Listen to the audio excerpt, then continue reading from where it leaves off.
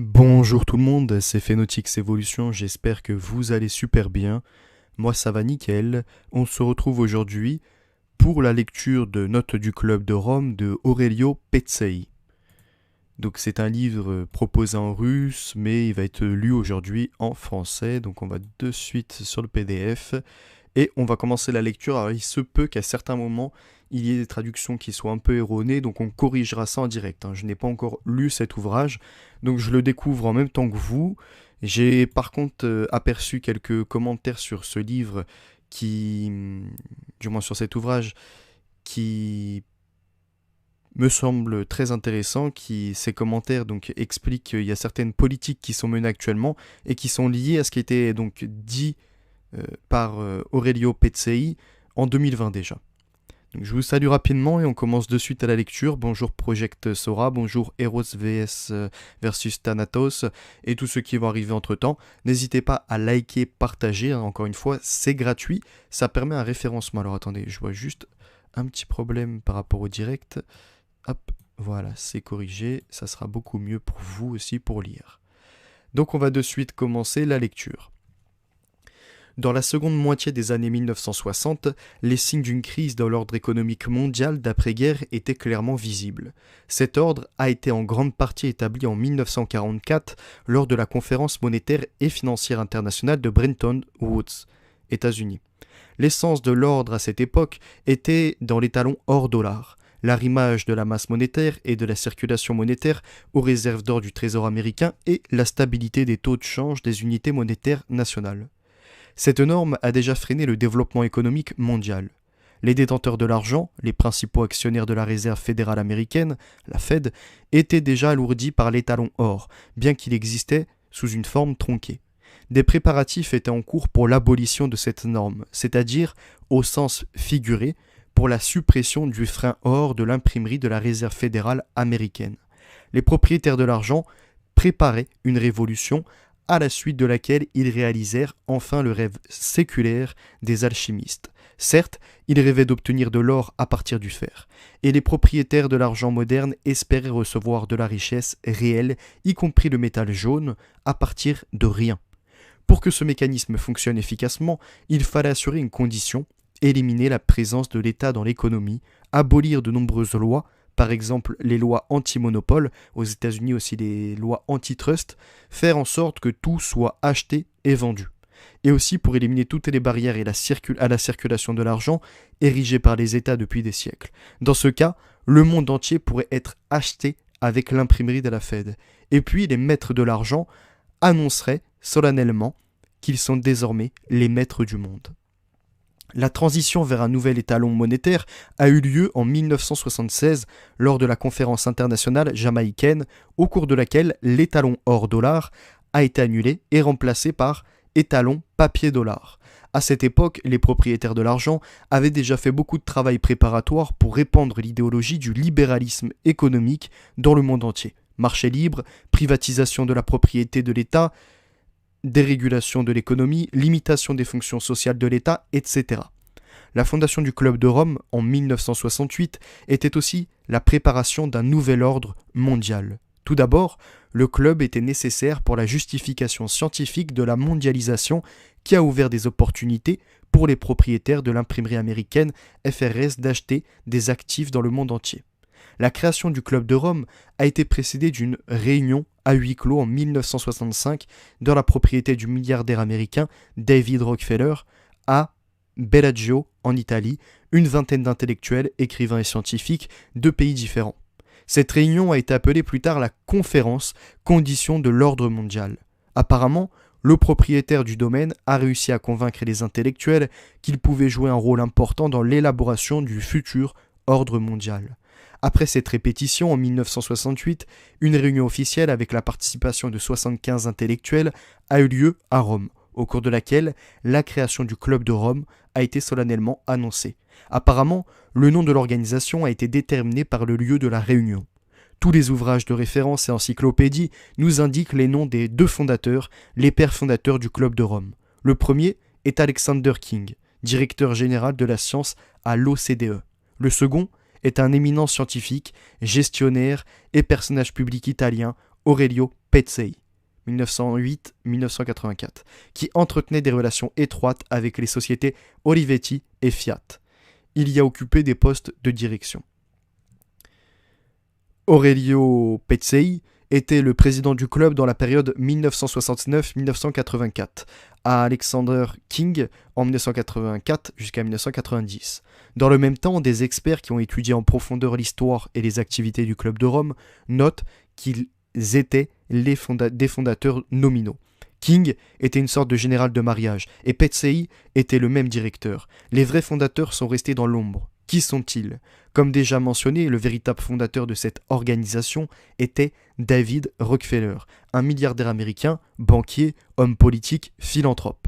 Le même dans la villa italienne de qui une réunion officieuse d'un petit groupe d'intellectuels a eu lieu en 1965.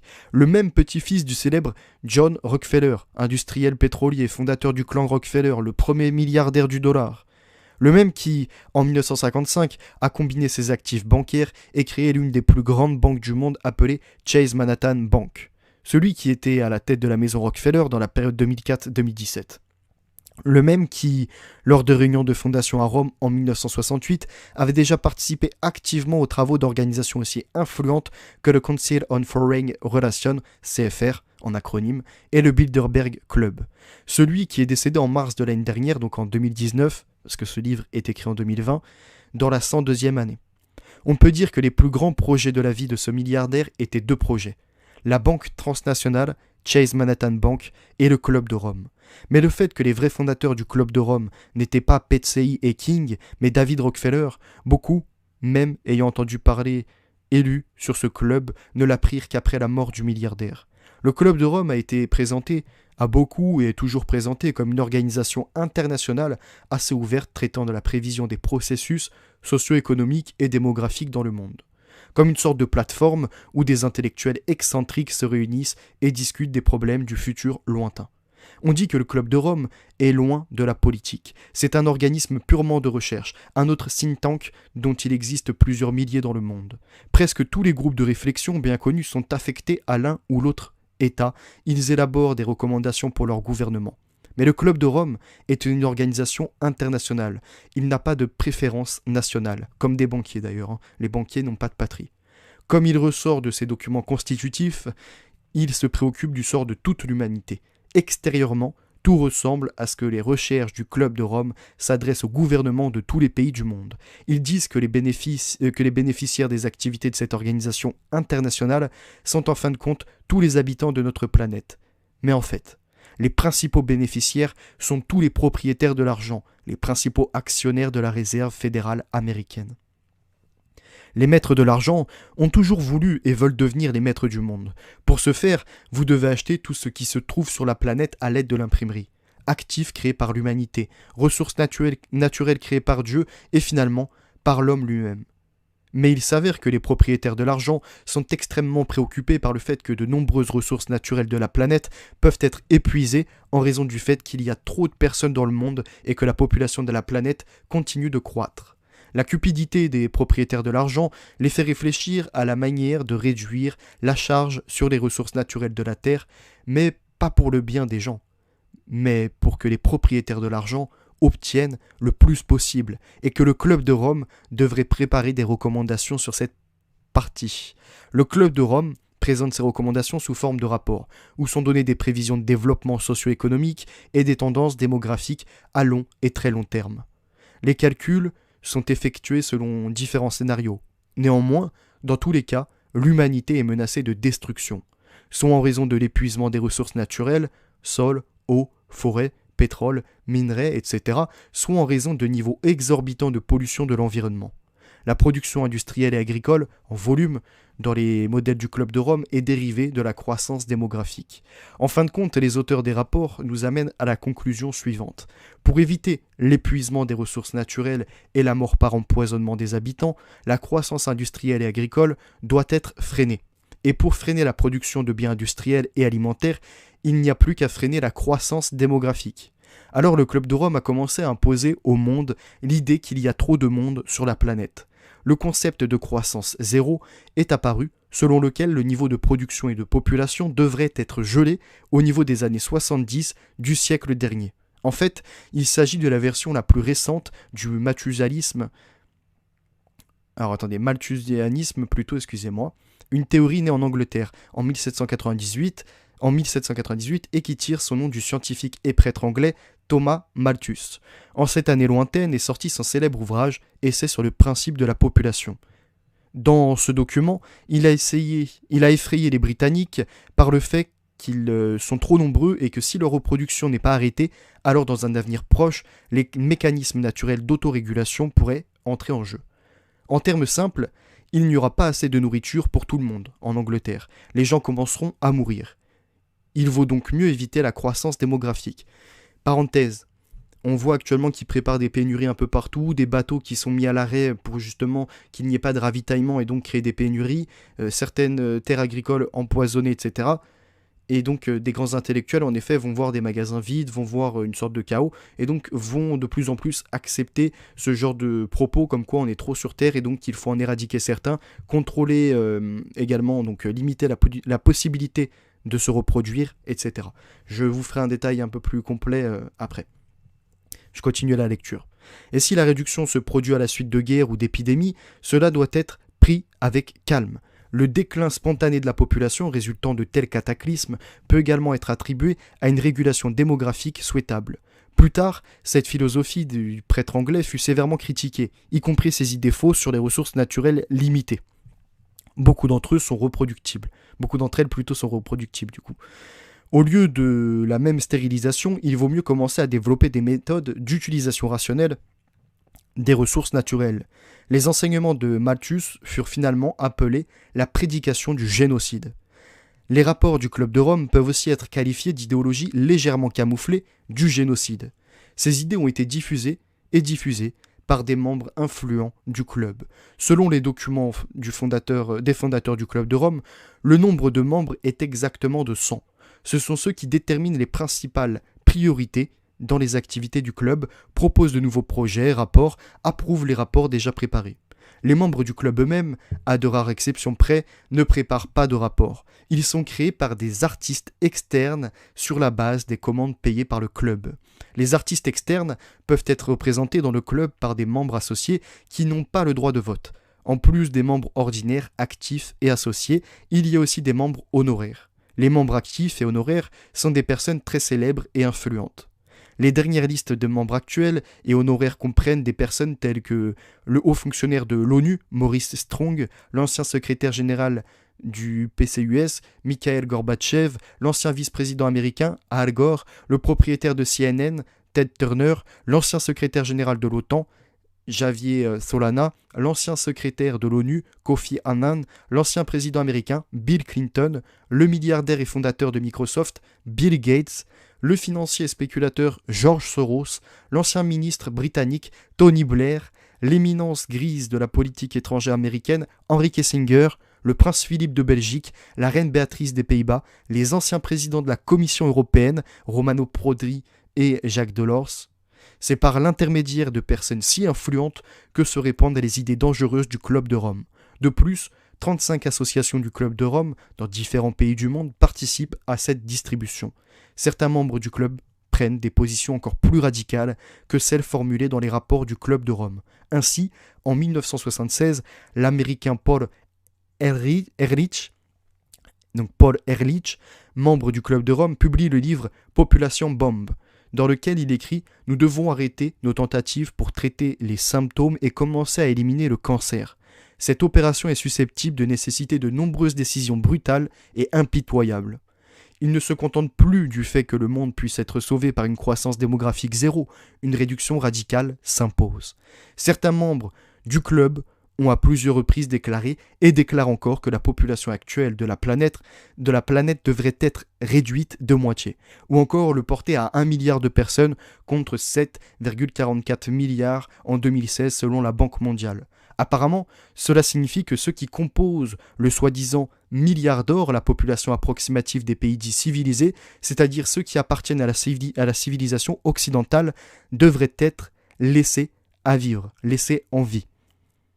Mais même 1 milliard n'est pas la limite. Le membre du club, déjà mentionné, le magnat des médias, Ted Turner, donc patron CNN, a déclaré en 1996, dans une interview au magazine Au Dubon, un périodique pour les écologistes, qu'une réduction de 95% de la population mondiale à 225 millions, 300 millions serait idéale.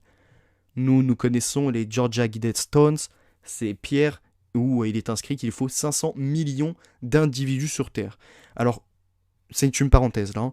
Il parle donc de 225 à 300 millions d'humains sur Terre, et dans leur folie, certains finalement viennent à mettre sur la même échelle l'humain et les animaux. D'accord? Donc, si on parle de 500 millions d'individus, est-ce que les animaux sont considérés comme des individus dans leur plan? Comprenez-vous ce que je veux dire?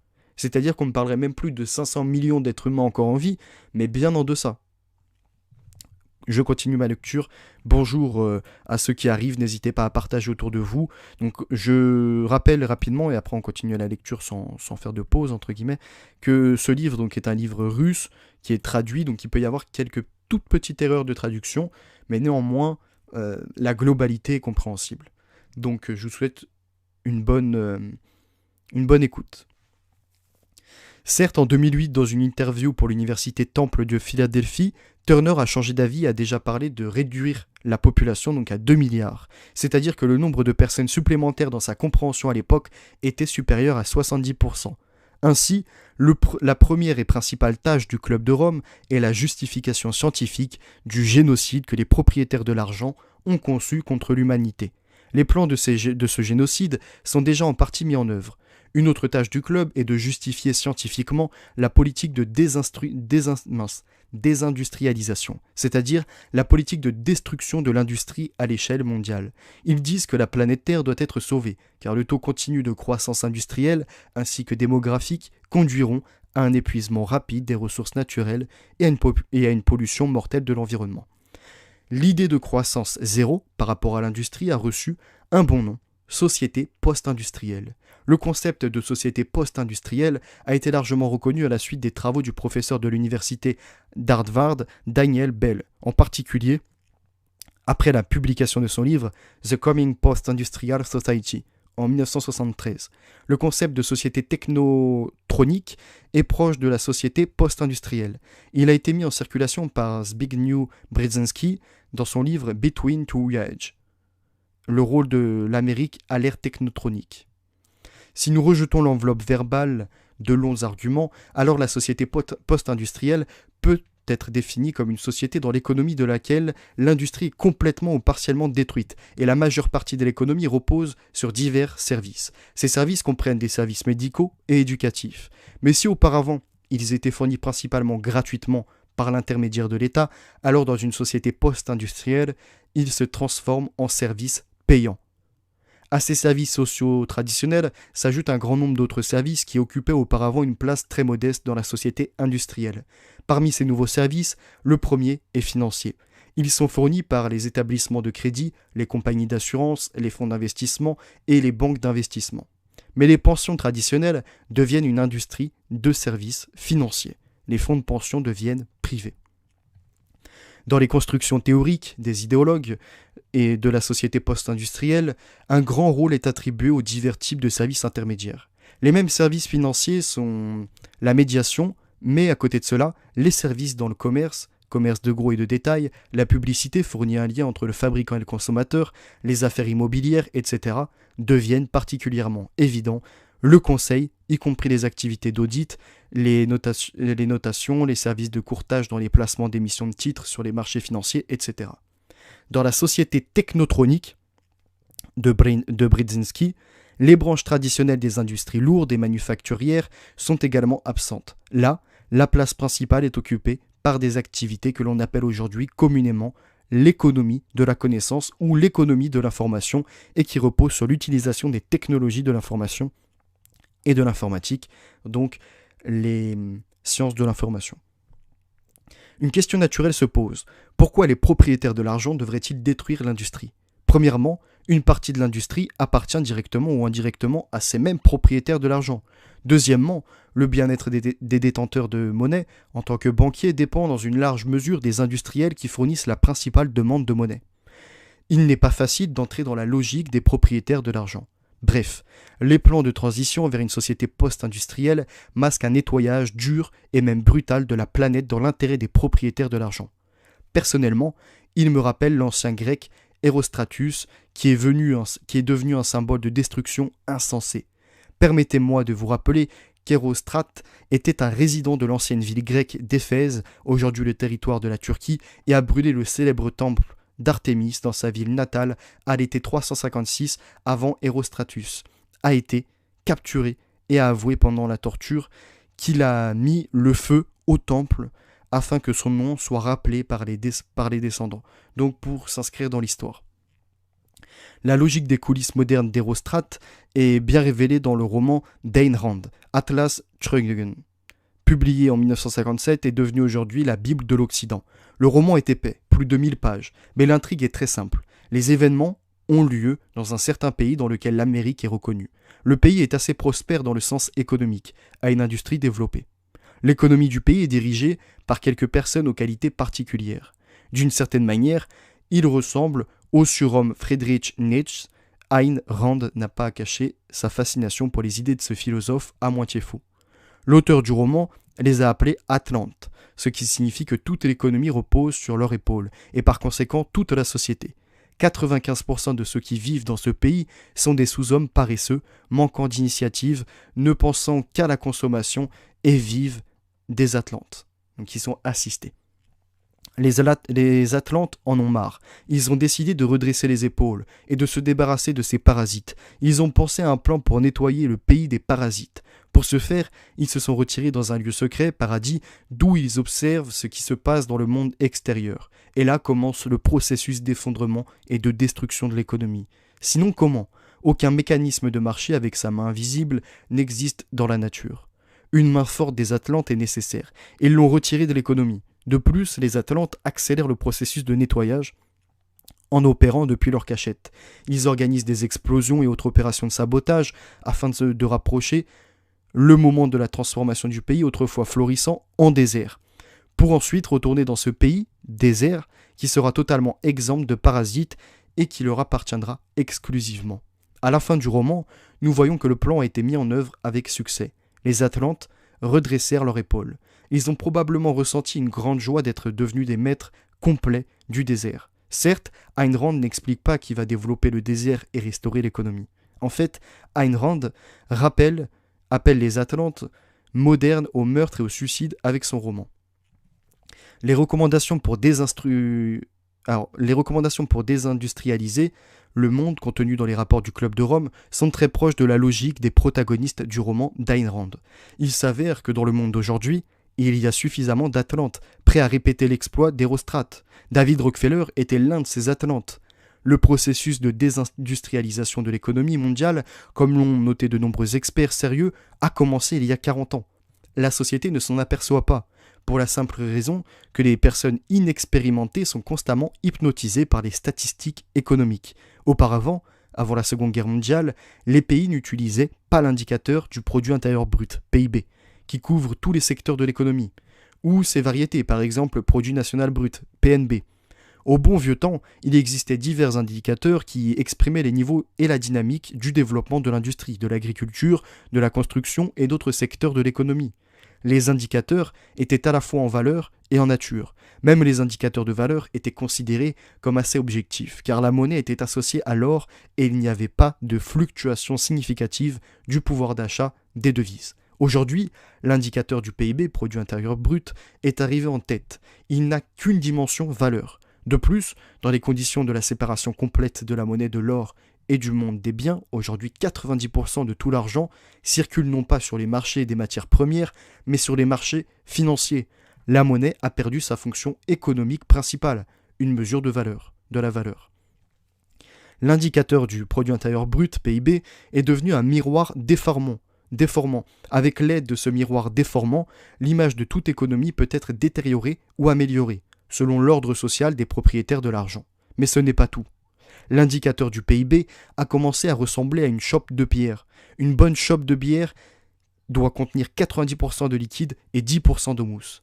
Par liquide, j'entends la part des secteurs de l'économie réelle, principalement l'industrie, autres secteurs de l'économie réelle, agriculture et sylviculture, construction, transport, partie du commerce. Et sous la mousse, divers services qui ont commencé à se développer dans le monde entier comme des bulles. Bien sûr, la société a besoin de certains services. C'est le même 10% dans le cercle. Mais aujourd'hui, la situation est telle qu'il y a beaucoup plus de mousse dans un mug avec de la bière que de liquide. Par exemple, dans le produit intérieur brut américain, l'économie réelle, industrie, agriculture et construction, représente désormais environ 1/5 et divers services et autres industries 4/5. La désindustrialisation, décidément ce mot, j'ai du mal avec celui-ci, donc je reprends. La désindustrialisation, selon le Club de Rome, devrait couvrir le monde entier. Il ne devrait y avoir aucune exception. Pour les États-Unis, aucune concession n'est envisagée non plus. Le célèbre John Corman, écrivain et publiciste américain qui a longtemps travaillé dans les services spéciaux britanniques, dans son best-seller, Le Comité des 300, écrit que l'Amérique a été condamnée à la désindustrialisation avant même la création du Club de Rome. Ce verdict a été rendu par le soi-disant Comité des 300, la plus haute autorité des Atlantes du monde. Selon Coleman, le Comité des 300 existe depuis au moins 1897. Le Club de Rome apparaît comme l'un des instruments du comité. Coleman, dans son livre, révèle le programme en 21 points du Comité des 300. Le 5e point du programme est la désindustrialisation de l'Amérique et du monde entier. Arrêt complet de tout développement industriel et production d'électricité dans les centrales nucléaires dans la soi-disant société post-industrielle à croissance zéro. L'exception sera les industries de l'informatique et des services. L'industrie survivante des États-Unis sera transformée dans des pays comme le Mexique, où la main-d'œuvre esclave est abondante. Les chômeurs qui sortiront de la destruction de l'industrie deviendront soit des héroïnomanes ou des cocaïnomanes, soit des numéros dans les statistiques du processus de destruction qui est aujourd'hui connu sous le nom de Global 2000. Dans les premières décennies de l'après-guerre, le principal nid de frelons de l'idéologie libérale était la Société du Mont Pèlerin, composée d'intellectuels de différents pays. Il a été créé en 1947 à l'initiative des services secrets britanniques. Le premier président de la société était l'économiste libéral Friedrich von Hayek. Selon Coleman, Hayek est devenu la liaison entre la Société du Mont Pèlerin et le Club de Rome. Après la fondation du club, il en devient membre et apporte plusieurs des réalisations de la Société du Mont Pèlerin. Voici ce que Coleman écrit sur les idées de Hayek pour transformer l'Amérique en une société post-industrielle. Toutes les directions des plans économiques du comité mènent au croissement de Malthus et Friedrich von Hayek, un autre économiste sombre parrainé par le Club de Rome. Né en Autriche, von Hayek a longtemps été sous le patronage de David Rockefeller, et maintenant les théories de von Hayek sont assez répandues aux États-Unis. Selon von Hayek, l'économie américaine devrait reposer sur A. Les marchés noirs urbains. B. Petites entreprises industrielles de style hongkongais, utilisant un système de travail clandestin. C. Le commerce touristique. D. Des zones franches d'entreprise où les spéculateurs jouissent d'une totale liberté d'action et où le commerce de la drogue peut prospérer. Donc on était sur D. E. Arrêt de la production industrielle. F. La fermeture de toutes les centrales nucléaires. Les idées de von Hayek sont tout à fait cohérentes avec les idées du Club de Rome, ce qui apparemment est la raison de son soutien accru dans les cercles droits de l'Amérique.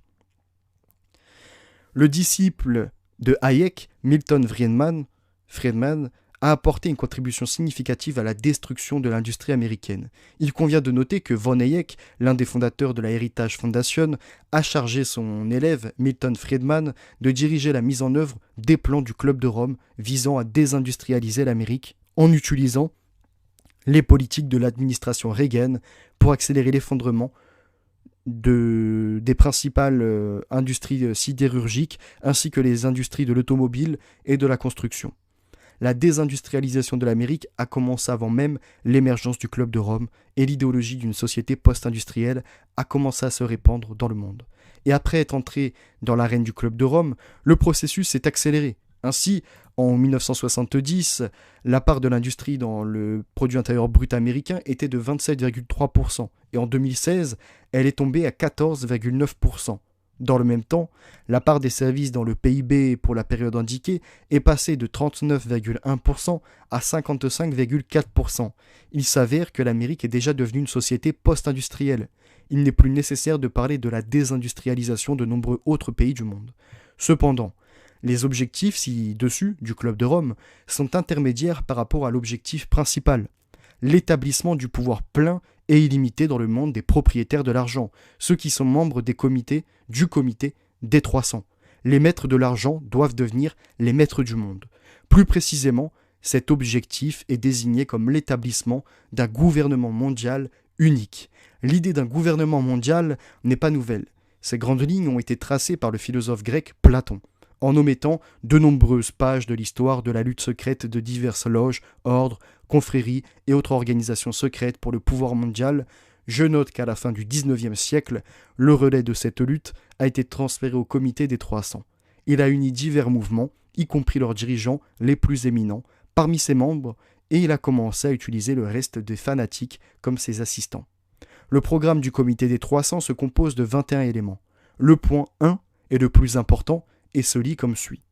Établissez le règne du gouvernement mondial unique, un nouvel ordre mondial avec une église unie et un système monétaire sous leur contrôle.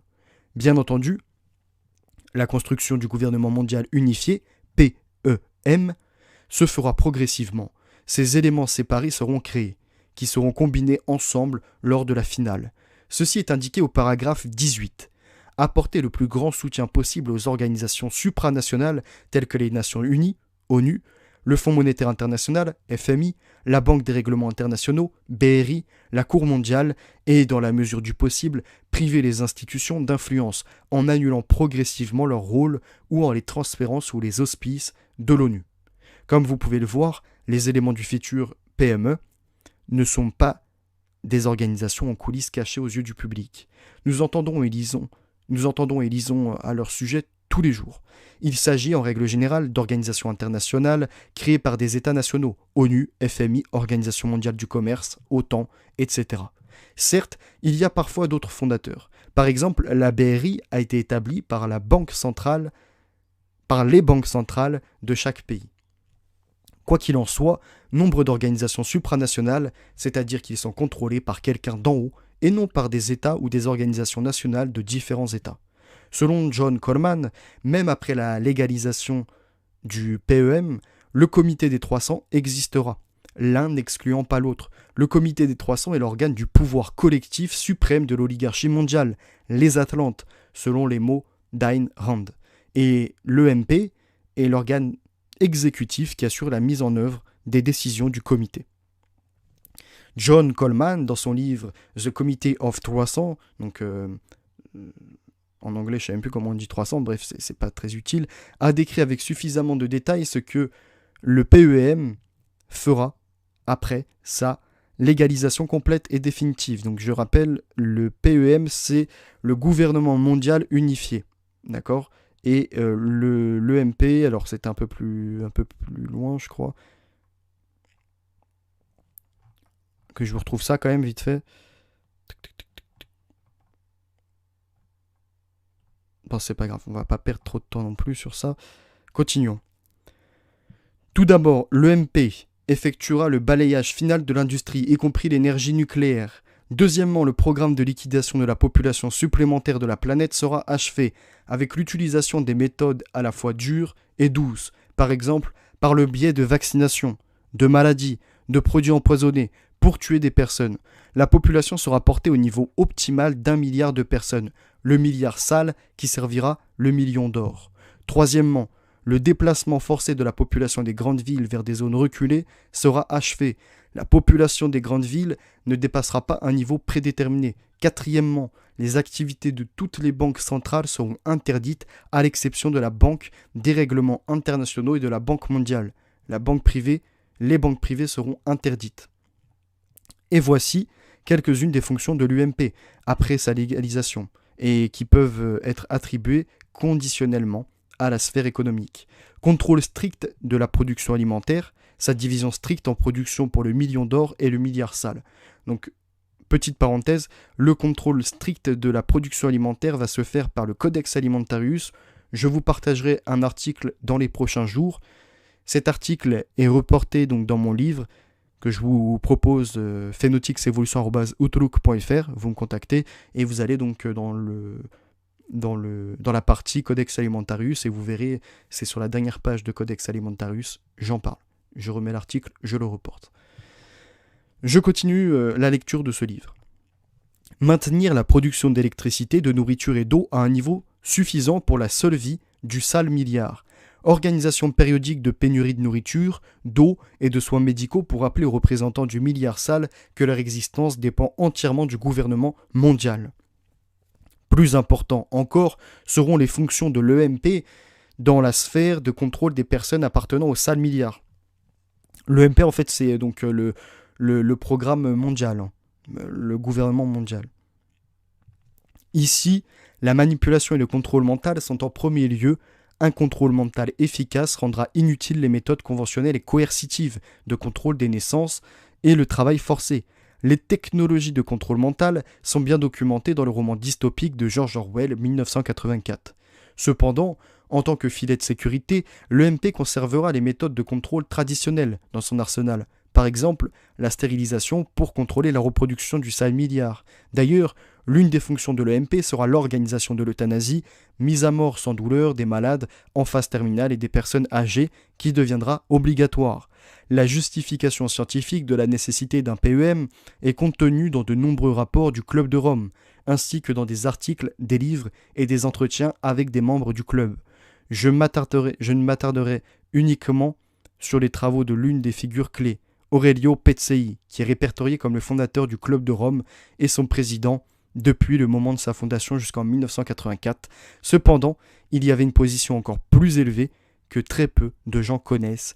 Il était membre du comité des 300. En 1969, son livre Before the Abyss est publié. En 1977, un autre de ses livres est publié en Italie intitulé Les qualités humaines. Concernant le premier livre, John Coleman écrit que la pensée importe de l'auteur est « Si à l'avenir le monde n'est pas gouverné par le gouvernement mondial unique, le chaos y régnera ». Dans le deuxième livre, il prononce les mantras bien connus sur les ressources mondiales limitées et la nécessité de leur utilisation rationnelle. Pour ce faire, en premier lieu, les États devraient se débarrasser de l'égoïsme national, lire souveraineté nationale et reconnaître les ressources situées sur leur territoire comme le patrimoine commun de l'humanité. Deuxièmement, quelqu'un doit s'assurer que le patrimoine commun est utilisé de manière optimale. Selon A. Pezzei, donc Aurelio Pezzei, déjà à la fin du XXe siècle, il existe des institutions capables, sinon idéalement, du moins tolérablement, de manière satisfaisante, de remplir cette tâche.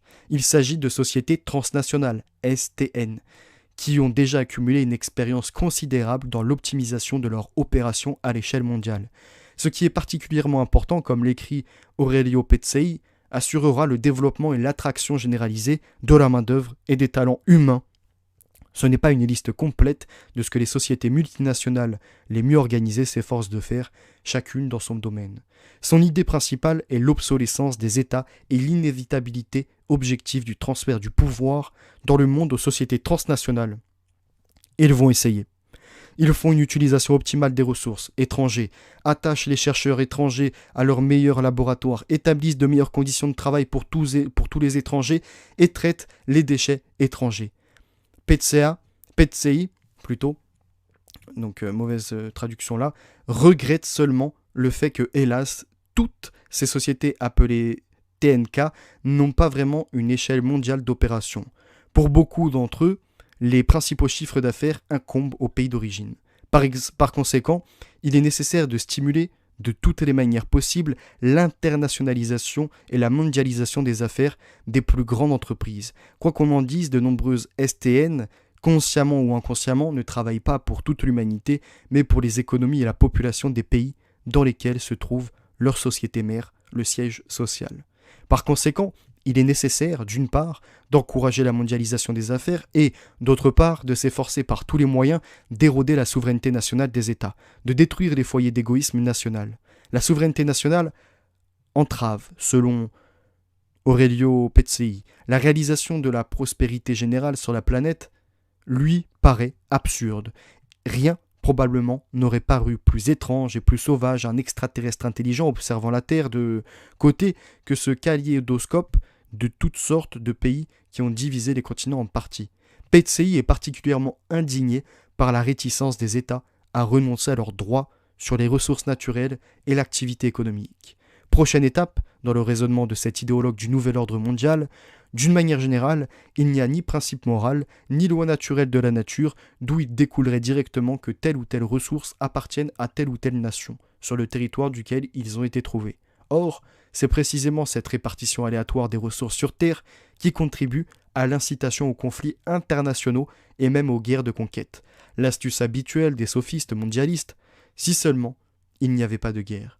Le club de Rome, sous la houlette d'Aurelio Petsey, dans tous ses rapports, a terrorisé d'une manière ou d'une autre l'humanité par la menace de la guerre, cherchant à se forger une opinion en faveur de la socialisation mondiale des ressources.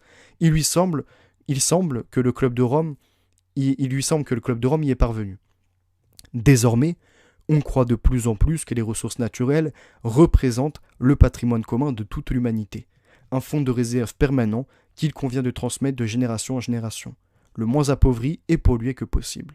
Petsey pourrait un jour exiger la création d'une sorte de Brain Trust unifié à l'échelle mondiale, un groupe que mon ami John Platt a appelé le quartier général de l'humanité. Ce sera, de l'avis du chef du club de Rome et membre du comité des 300, Aurelio Petsey, ce qu'on appelle le gouvernement mondial unique. Valentin Katasonov.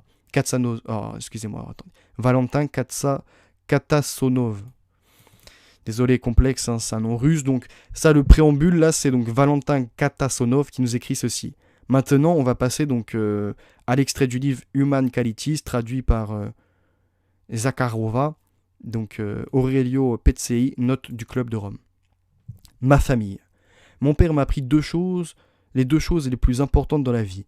Comment être humain et comment vivre en tant que personne libre. Tout cela m'a été très utile, car notre période très difficile a imposé les plus hautes exigences à une personne. Je suis né en 1908 et j'appartiens à la génération qui, grâce aux efforts et à l'ingéniosité de mes prédécesseurs, a pu écrire un chapitre décisif de l'histoire unifiée de l'humanité. À l'aube du XXe siècle, des conditions extrêmement favorables se sont développées pour le progrès, pour le développement au maximum des capacités humaines, l'éradication de la pauvreté et la création d'une vie digne pour tous. Cependant, Dieu le sait, cette occasion a été manquée. La civilisation moderne a apporté la prospérité à beaucoup, mais elle a libéré l'homme de cette avidité, de ce qui est totalement incompatible avec les énormes opportunités qui s'ouvraient devant lui. L'égoïsme et l'étroitesse de pensée qu'il a hérité des temps de pauvreté ont continué à le dominer, le forçant à tirer sans cesse des avantages matériels de presque tous les changements frappants qu'il lui a même apportés dans sa vie. Ainsi, l'homme s'est progressivement transformé en Homo economicus grotesque et unidimensionnel. Malheureusement, seules certaines couches de la société bénéficiaient principalement de cette abondance, et elles ne se souciaient pas vraiment du prix que d'autres habitants de la planète déjà vivants ou un être paieraient pour ce bien-être. Je me souviens que même dans ma prime jeunesse, j'étais profondément étonné qu'à une époque où, semble-t-il, la société pouvait se permettre de devenir plus gentille, plus douce et plus tolérante, elle continuait à se développer, poussée par l'égoïsme et l'égoïsme. Je viens d'une famille de la classe moyenne inférieure. La lutte constante pour la pauvre prospérité, la menace de la pauvreté et l'incertitude quant à l'avenir ont formé la base de l'existence humaine ici. Mon père, cependant, était un homme instruit et sa culture générale, ses qualités purement humaines et ses idéaux humanistes ont eu une grande influence sur mon développement. Ses ancêtres venaient de Hongrie. Leur progression vers l'ouest a commencé il y a plusieurs générations. Après des escales temporaires en Croatie, en Dalmatie et à Venise, ils atteignent enfin l'Italie du Nord et s'installent à Turin. C'est ici que je suis né. Il m'a toujours semblé que le caractère de ma famille portait des traces des traditions vénitiennes, l'esprit des découvreurs de nouvelles terres, des voyageurs, des marchands et des diplomates. Les ancêtres de ma mère étaient des paysans des hauts plateaux du Piémont. Leur dure vie se passait dans une lutte constante pour de maigres récoltes de blé et de maïs. Lorsqu'une sécheresse s'est abattue sur les collines, la dernière eau des puits s'est tarie. Ils ont attelé les mules et se sont mis en route pour aller jusqu'à la rivière la plus proche qui se trouvait à plus de 10 kilomètres. Depuis mon enfance, je me suis habitué à critiquer tout ce qui s'est passé en Italie et à l'étranger. Cela m'a été enseigné par le milieu familial, libéral et étranger à l'étroitesse d'esprit religieuse ainsi que par l'éducation que j'ai reçue. Mon père était l'un des premiers socialistes. Nous avons vécu à Turin, une ville de grand charme et de règles strictes, où tout respirait les souvenirs des batailles pour la réunification de l'Italie, l'époque de la création d'un État italien unifié. Les citadins durs et travailleurs m'ont toujours semblé moins aventureux et agiles que ne le pense l'Italien moyen. Lorsqu'au siècle dernier s'est présentée l'occasion de réunir des dizaines de petits États de la péninsule italienne en un seul pays, c'est le Piémont, et en particulier sa capitale Turin, qui a pris la tête de ce mouvement et lui a fourni les armes nécessaires. Plus tard, Turin devint progressivement un grand centre industriel, perdant en partie de son charme d'antan, tout en conservant les vertus civiques et l'amour inébranlable de la liberté qui distinguaient les habitants de cette ville. C'est à Turin que l'orientation humaniste, qui restait la marque de fabrique du Parti communiste italien, prend naissance et se trouve au cœur du mouvement communiste en Italie. En tant qu'écolier, j'ai vu comment ma ville natale résistait obstinément au fascisme, même si j'ai finalement été contraint de me soumettre à son pouvoir. Quant à moi personnellement, j'ai été l'un des derniers étudiants à avoir osé défendre une thèse sans porter de chemise noire. C'était en 1930. Et pendant la Seconde Guerre mondiale, Turin a de nouveau montré son caractère, devenant l'un des bastions de la résistance. Ici, à Turin, ont été écrites les plus belles pages des annales de la lutte pour la libération. Cette atmosphère favorable a largement déterminé mon attitude envers des gens et le monde, est devenue la base de ma croyance dans les vastes possibilités de l'homme, son courage et sa résilience, sa capacité à résister aux vicissitudes du destin en réalisant les limites de ses capacités et en même temps restant fidèle à ses idéaux. J'ai été élevé comme un libre penseur, un être humain boiteux, pensais-je, vivant parmi une multitude d'autres comme lui, un bref instant en comparaison avec, peut-être, la vie éternelle sur la planète, qui elle-même n'est qu'un grain de sable dans l'univers sans fin, qui je suis, en substance, comme ça. À la suite de réflexions mûres, j'ai finalement compris, avec un mélange d'humilité et de fierté, que je ne suis rien de plus qu'une minuscule particule d'intégrité universelle, de tout ce qui fait la vie sur Terre. Et le mieux que je puisse faire pendant mon court séjour dans la colonie humaine est de vivre une vie aussi utile que possible en fonction de mes propres principes et croyances, au mieux de mes capacités pour essayer d'améliorer l'état des choses dans ce monde et, surtout, de ne jamais traiter les autres et, en général, les êtres vivants de la façon dont je ne voudrais pas qu'ils me traitent. Dans les premières années de mon étude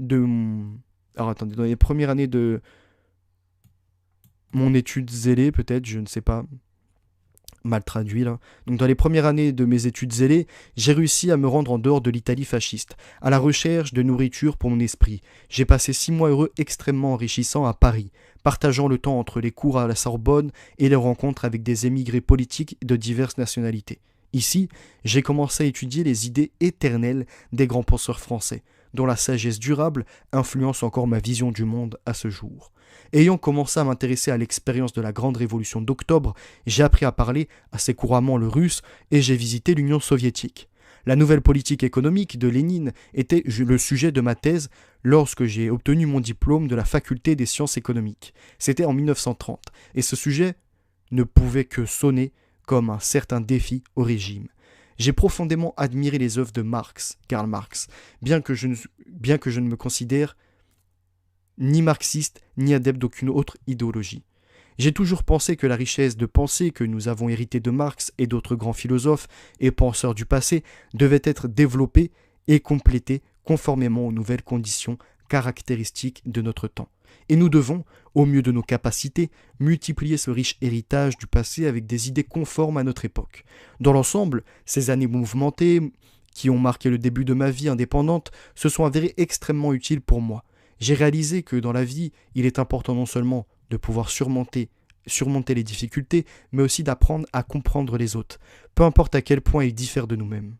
Je me suis fait beaucoup de bons amis avec qui j'ai partagé les nobles impulsions et les projets grandioses de ma jeunesse.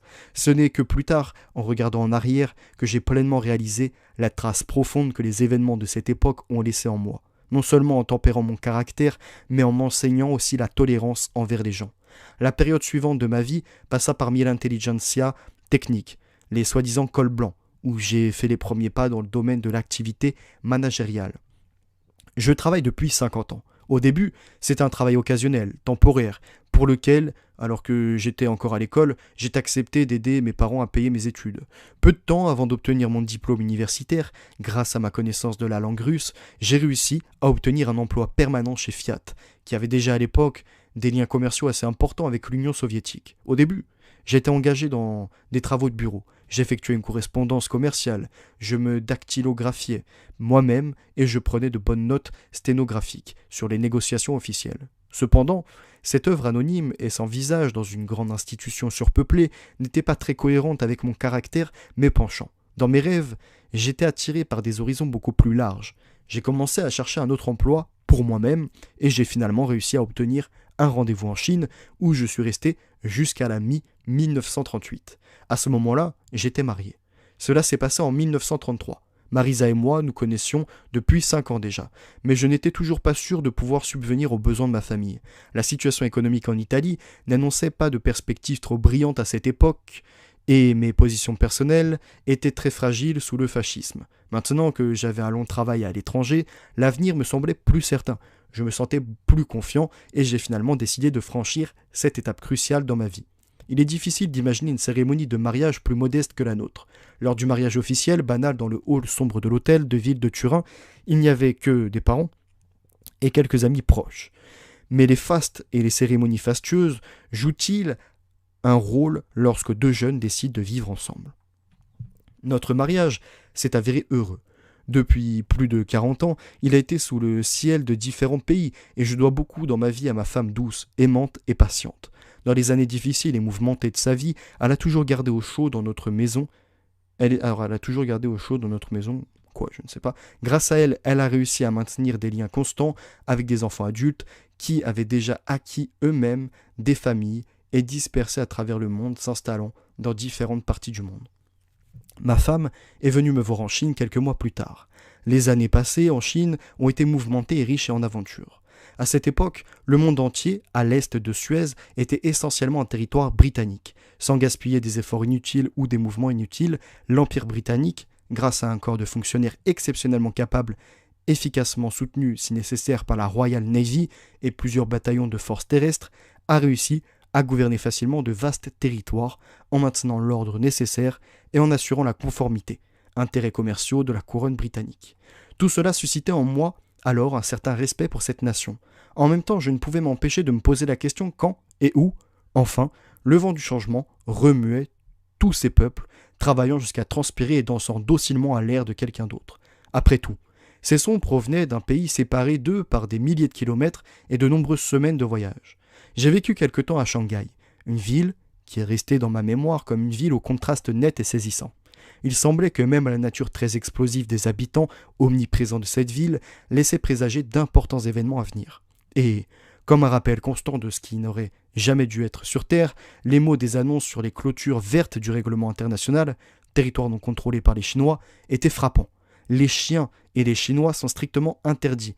Malgré tout son charme particulier, cette combinaison fantaisiste de force brute et de tentation, Shanghai était encore une ville de cauchemar, et c'est là que je me suis senti mûr pour la première fois.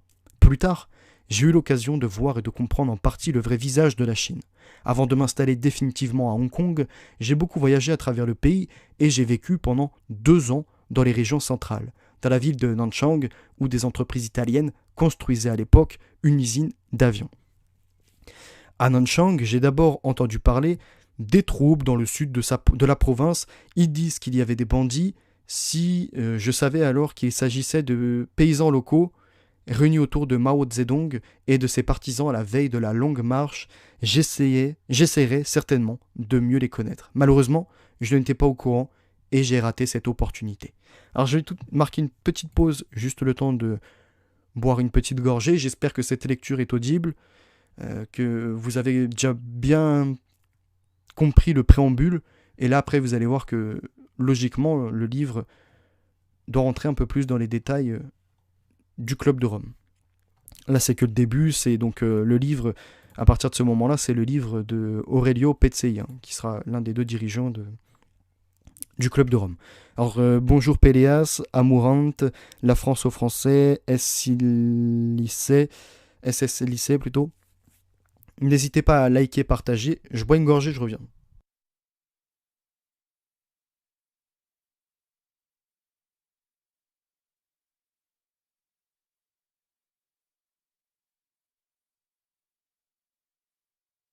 Hop, on est reparti, donc que je retrouve la page, parfait.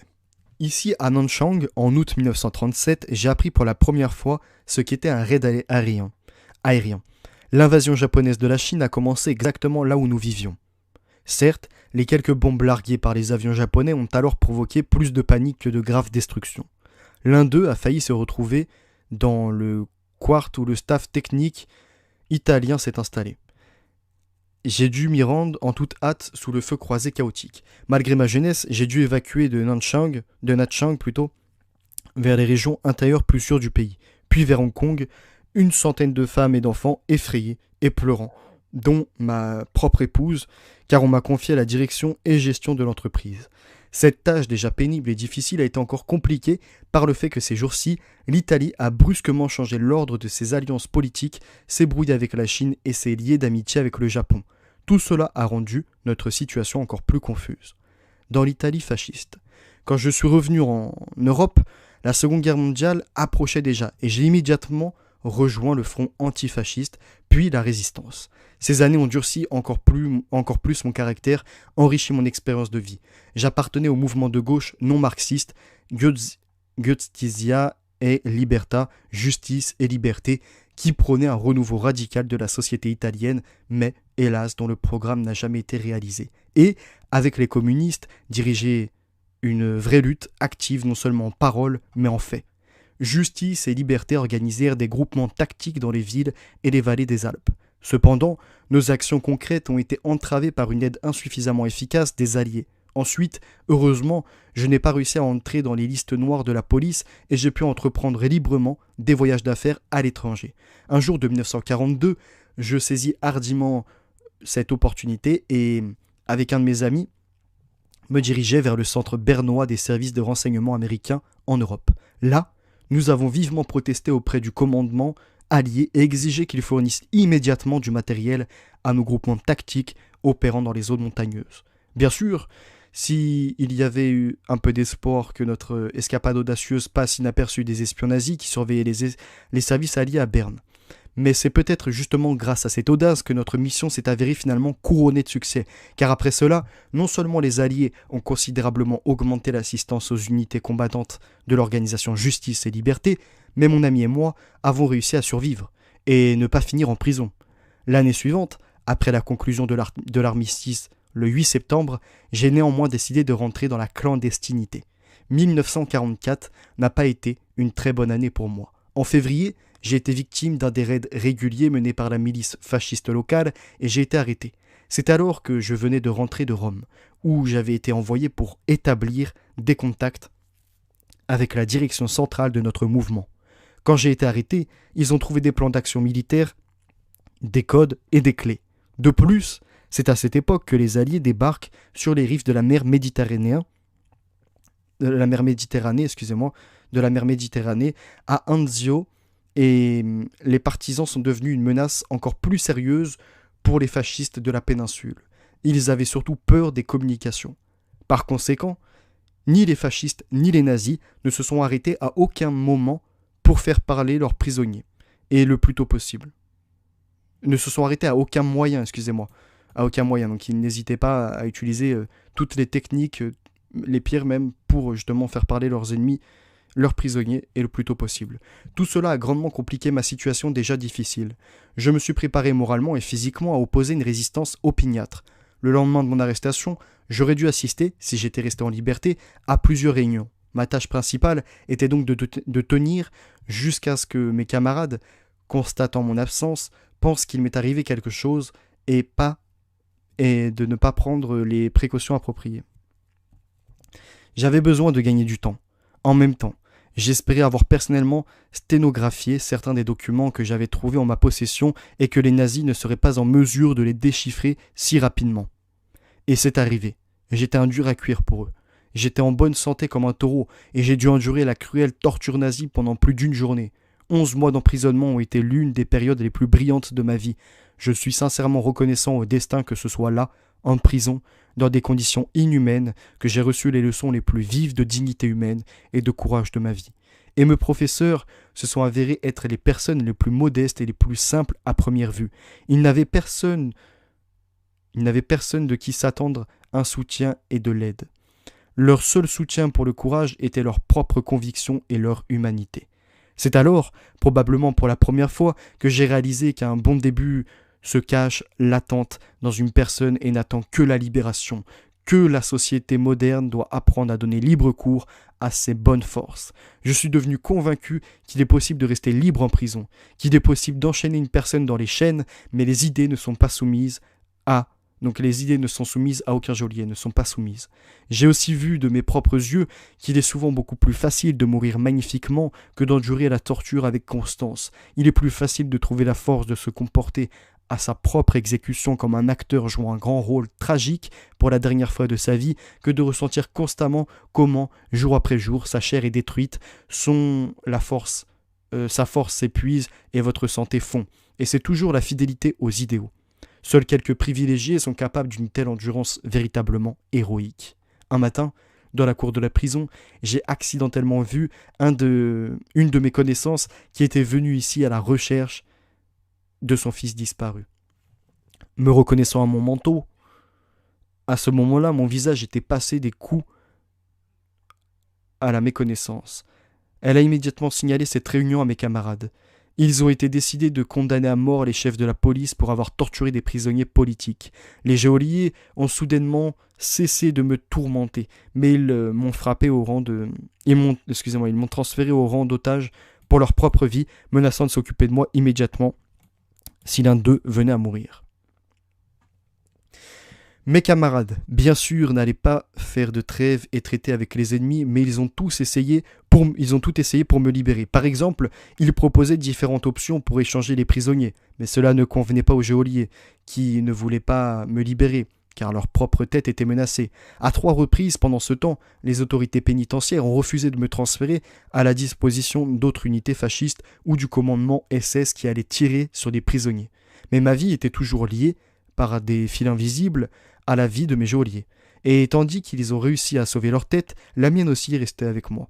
À l'approche de la fin de la guerre, l'effondrement du régime fasciste devenait de plus en plus inévitable. Ma position devenait de plus en plus dangereuse.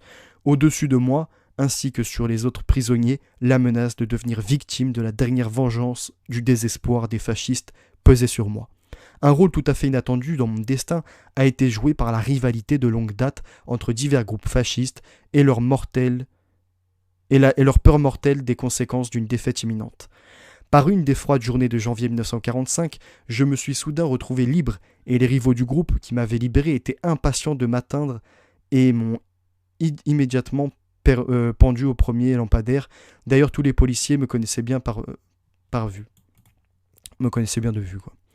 En cavale, il fallait faire preuve d'une extrême prudence pour ne pas entraîner, sans le vouloir, les ennemis sur la piste de mes camarades clandestins. Néanmoins, j'ai rejoint le travail et je l'ai fait jusqu'au dernier jour de ma libération. Il y avait encore un guerrier lorsque le comité de libération nationale m'a nommé l'un des commissaires de la société Fiat. Grâce aux partisans, il a été possible d'empêcher la destruction des usines Fiat par les forces d'occupation allemandes. Cependant, à ce moment-là, ils avaient déjà été gravement endommagés par les bombardements des Alliés. Donc les infrastructures, elles avaient déjà été pleinement endommagées par les bombardements des Alliés, les Américains pendant la journée et les Britanniques la nuit, à la suite desquels plus de 60% des capacités de production des entreprises ont été mises hors service. Ma première tâche a été d'organiser les travaux de restauration des équipements industriels détruits et la reprise des activités de production. Cette tâche, déjà assez difficile, était encore compliquée par le fait que je devais simultanément purger le personnel des fascistes et des collaborateurs les plus enragés, tout en protégeant leur vie des représailles et du lynchage de la population. Pendant ce temps, les Alliés ont établi un gouvernement militaire en Italie, et quelques mois plus tard, un représentant des autorités locales m'a appelé et, me remerciant pour l'excellente exécution des tâches qui m'étaient confiées, m'a annoncé qu'il n'avait plus besoin de moi et que je devais prendre ma retraite. Dans le même temps, il a ajouté que je peux me faire un chèque du montant auquel j'évalue mes services exceptionnels. Jamais auparavant, je n'avais entendu une expression aussi purement américaine, mais j'en ai néanmoins tout de suite saisi le sens, ce qui m'a profondément marqué. Avons-nous rêvé de telles récompenses pendant les années de lutte et de difficultés? Sans hésiter, j'ai répondu que je ne pouvais démissionner de mes pouvoirs que devant le comité de libération nationale qui m'avait nommé à ce poste, et que bien entendu, il ne pouvait être question d'aucun chèque ni d'aucune rémunération supplémentaire pour mes services. Peu de temps après, le système de contrôle a été restauré sur la Fiat et il était temps pour moi de déterminer les plans d'échange pour l'avenir. J'ai résolument rejeté toute position et récompense,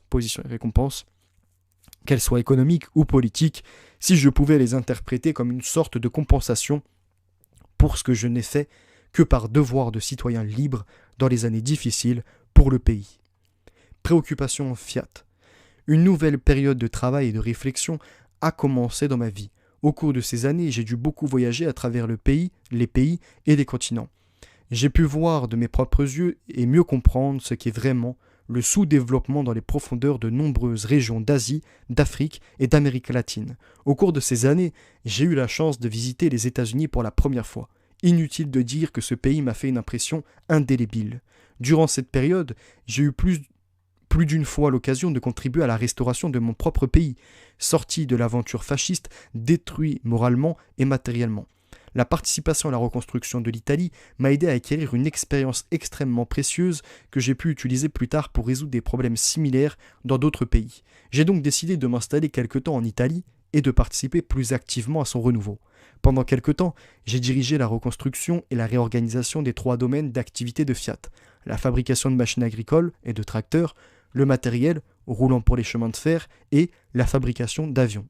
Je suis devenu l'un des fondateurs de la société Alitalia et j'ai participé à la recherche de nouvelles approches pour résoudre le problème douloureux du sud de l'Italie sous-développée, dont le mode de vie et l'économie contrastent si fortement avec le nord industriel du pays.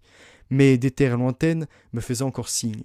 En 1949, je me suis porté volontaire pour reprendre la tâche de restaurer les positions de Fiat en Amérique latine qui avaient été perdues au cours des années de guerre. Ayant concentré mes principaux efforts sur l'Argentine, j'ai établi le siège de la firme et j'ai vécu plusieurs années parmi les nobles et généreux habitants de ce pays. La terre elle-même était généreuse. Ici, l'ampleur de la production alimentaire dans le pays a donné lieu à la plaisanterie répandue selon laquelle les gens ici grossissent à cause des crises. L'industrie est devenue une condition préalable au développement économique équilibré de ce pays. Cependant, la voie officiellement proclamée vers l'industrialisation accélérée s'est transformée en raison d'une mauvaise planification et du manque de la base nécessaire en un moyen d'obtenir des subventions et des privilèges de l'État, et a provoqué l'épanouissement du protectionnisme. À une époque, plus d'une douzaine d'usines automobiles différentes existaient dans le pays en même temps, toutes financées par l'État, même si, bien sûr, la moitié d'entre elles ont rapidement fait faillite. Mes recommandations à la direction de Fiat étaient de n'y développer que les industries qui répondraient à nos propres critères de rationalité et aux exigences d'une production industrielle efficace, sans ignorer le processus d'industrialisation du pays. Mes recommandations ont été acceptées et m'ont confié la responsabilité de toutes les activités de l'entreprise dans le pays. Toutes les installations et usines Fiat en Argentine ont été construites et mises en service sous ma supervision directe. Je savais par expérience qu'aucune entreprise industrielle, comme d'ailleurs toute entreprise en général, ne peut devenir meilleure que le projet pour lequel elle est créée. En même temps, j'étais conscient de l'importance du travail minutieux quotidien, grâce auquel le projet devient réalité. Après tout, le projet sépare une chaîne de difficultés et de problèmes sans fin et innombrables de l'entreprise commandée, et c'est de leur solution que dépend en fin de compte le succès global.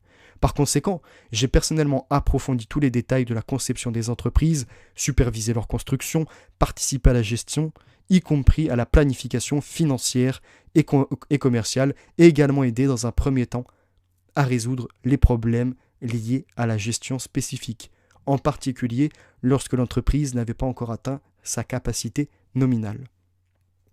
Cela a jeté les bases pour que Fiat devienne la principale entreprise argentine de voitures, de tracteurs, d'équipements ferroviaires et du diesel et l'une des entreprises les plus prospères de toute l'Amérique latine. J'ai voyagé partout en Amérique latine, travaillant au moins 12 heures par jour. Mais c'était un travail amusant et créatif. Elle a permis d'apprendre beaucoup de nouvelles choses, de rencontrer et de coopérer avec de nombreuses personnes intéressantes, de professions et de destins variés. Parmi eux se trouvaient mes collègues fiables qui m'aidaient dans mon travail de glorieux ouvrier de nos entreprises, des dirigeants syndicaux têtus et énergiques, des hommes d'affaires de la vieille école qui ont survécu à une nouvelle génération de managers à l'américaine, de petits propriétaires terriens qui tentèrent en vain d'arrêter l'inexorable passage du temps, codilos, colorés, des intellectuels enclins à la rhétorique, étudiants infatigables, révolutionnaires actifs, prêtres du tiers-monde, les militaires cherchant à intervenir dans toutes les affaires civiles, des politiciens d'une persuasion véritablement démocratique et des dictateurs inflexibles. C'est avec une émotion particulière que je me souviens de Salvador Allende, le président du Chili, assassiné en 1973. Le triste sort de lui-même et de son pays devrait servir d'avertissement sévère à tous. Je me considère comme son ami, même si je ne l'ai rencontré que quelques fois. C'était une personne charmante, chaleureuse et éminemment humaine. Il a sincèrement essayé de réaliser de manière démocratique la mise en œuvre de ses idées socialistes. Mais la vie a clairement montré que les bons vœux ne suffisent pas pour cela.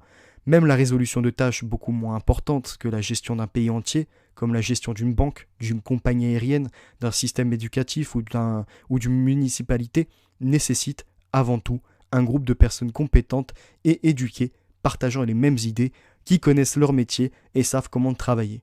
Bien sûr, je n'aurais pas pu prévoir sa fin tragique, mais j'ai déjà dit plus d'une fois alors à nos quelques connaissances communes que si son gouvernement ne pouvait présenter des preuves convaincantes de sa capacité, il n'échapperait pas à de graves troubles. Au cours de ma période latino-américaine, j'ai continué à m'intéresser vivement aux événements qui se déroulaient dans d'autres parties du monde. Au lendemain de la crise de Suez, les inquiétudes ont commencé à grandir en Italie au sujet d'éventuels développements défavorables dans la région méditerranéenne. En 1957, plusieurs représentants des milieux gouvernementaux et d'éminents industriels et financiers m'ont suggéré de fonder et de diriger un groupe d'initiatives qui, après avoir résumé l'expérience italienne dans le domaine du développement, pourrait l'utiliser davantage pour aider les pays en développement, en particulier ceux situés sur la Méditerranée.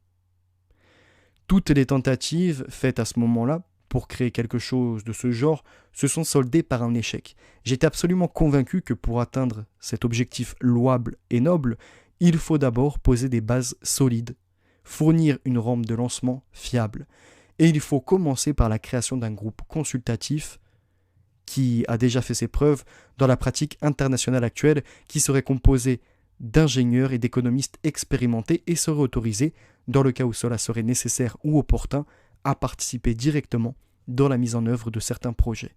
J'ai également insisté pour que les activités d'une telle organisation dans les pays en développement soient menées sans but lucratif et ne dépendent pas des intérêts financiers de ses actionnaires. Mes propositions ont été acceptées et conformément à celle-ci, une nouvelle société de conseil, Ital Consult, est née, à laquelle ont participé plusieurs groupes industriels et financiers de premier plan en Italie. J'ai accepté de le diriger en tant que gestionnaire à part entière, tout en stipulant le droit de conserver tous mes postes et liens avec Fiat. Cela n'a pas toujours été facile. Néanmoins, malgré la concurrence féroce de concurrents assez forts et les aléas de l'environnement mondial, l'entreprise a renforcé sa position dans le monde des affaires et à remplir sa mission. Dès le départ, mes associés et moi avons décidé d'axer nos activités dans les pays en développement sur 3 axes principaux. Notre premier et principal était l'orientation vers une personne en tant que principal facteur de développement. À cet égard, Ital Consult a accordé une grande attention au développement des ressources humaines et à leur utilisation. Notre deuxième principe est de prêter attention au facteur temps, qui, avec le facteur humain, joue un rôle primordial dans les processus de développement. J'ai souvent vu d'excellents projets et plans s'effondrer uniquement parce que le calendrier de leur mise en œuvre ne correspondait pas à leurs nécessités politiques. Ital Consult aurait dû éviter cette erreur. Enfin, le troisième principe, le troisième axe principal de notre activité, soulignait l'importance de 2 autres facteurs vitaux de développement, la terre et l'eau. En effet, dans la plupart des pays qui ne sont pas encore industriellement développés, c'est le développement de l'agriculture qui est la principale condition préalable à l'industrialisation future. Le temps a montré que ces trois principes ont été choisis correctement. Guidée par eux, la société Italconsult opère depuis 1957 dans plus de 50 pays et est devenue l'une des sociétés de conseil européennes les plus importantes et les plus actives. Puis une autre tâche difficile m'est tombée dessus. Cette fois, elle était associée à la célèbre et prestigieuse Olivetti, une entreprise commerciale et industrielle. En 1964, cependant, sa chance a commencé à tourner, laissant place à des difficultés de plus en plus importantes. Olivetti était une entreprise leader non seulement dans la production d'équipements de bureaux, mais aussi dans le domaine de l'industrie, y compris l'organisation et la culture du travail. Et son succès a été largement déterminé par une gestion flexible et créative. Ayant perdu cela, l'entreprise a commencé à éprouver des difficultés de plus en plus tangibles et ses affaires sont descendues dans la spirale. Malgré ces circonstances défavorables, j'ai accepté ici aussi d'occuper le poste de directeur et d'assumer des fonctions exécutives pour gérer les activités courantes de l'entreprise, stipulant à nouveau que j'aurai une totale liberté d'action. De plus, considérant cette nomination comme seulement temporaire, j'ai conservé toutes mes obligations envers Fiat et Italconsult. Après avoir soigneusement analysé la situation, je suis arrivé à la conclusion que la clé du renouveau de l'entreprise réside dans l'avancement de nouveaux objectifs mobilisateurs autour desquels il serait possible d'orienter toutes les activités de l'entreprise, en préservant et en renforçant les traditions déjà établies, le prestige et la réputation qui ont toujours été et restent sa principale propriété. J'ai passé beaucoup de temps et d'efforts à résoudre ce problème complexe. En plus, j'ai eu de la chance. D'une manière ou d'une autre, mais en 3 ans, j'ai réussi à restructurer complètement les activités internationales de l'entreprise et à la fiabiliser économiquement et financièrement. Travailler chez Olivetti a considérablement élargi et enrichi mon expérience de gestion. Le système de gestion que j'ai conçu pour créer dans cette entreprise différait en ce sens qu'il devait reposer sur une base totalement rationnelle et réelle et contenir en même temps des éléments créatifs. Les activités chez Olivetti m'ont encore une fois convaincu que la frontière entre création et destruction, amélioration et détérioration, progrès et stagnation est déterminée précisément par les ressources humaines, leur capacité, leur développement, la capacité de les mobiliser pour résoudre les tâches assignées. Travailler dans tous ces domaines si différents a été extrêmement intéressant et m'a été très bénéfique. Néanmoins, j'ai eu le sentiment que ce genre d'activité ne me donne pas l'occasion de m'exprimer sincèrement et pleinement. En me promenant autour de la planète, j'ai vu comment les gens du monde entier luttent, et loin d'être toujours avec succès, pour résoudre de nombreux problèmes complexes qui, à mesure que j'en devenais de plus en plus convaincu, promettaient de devenir encore plus difficiles et dangereux pour l'humanité à venir.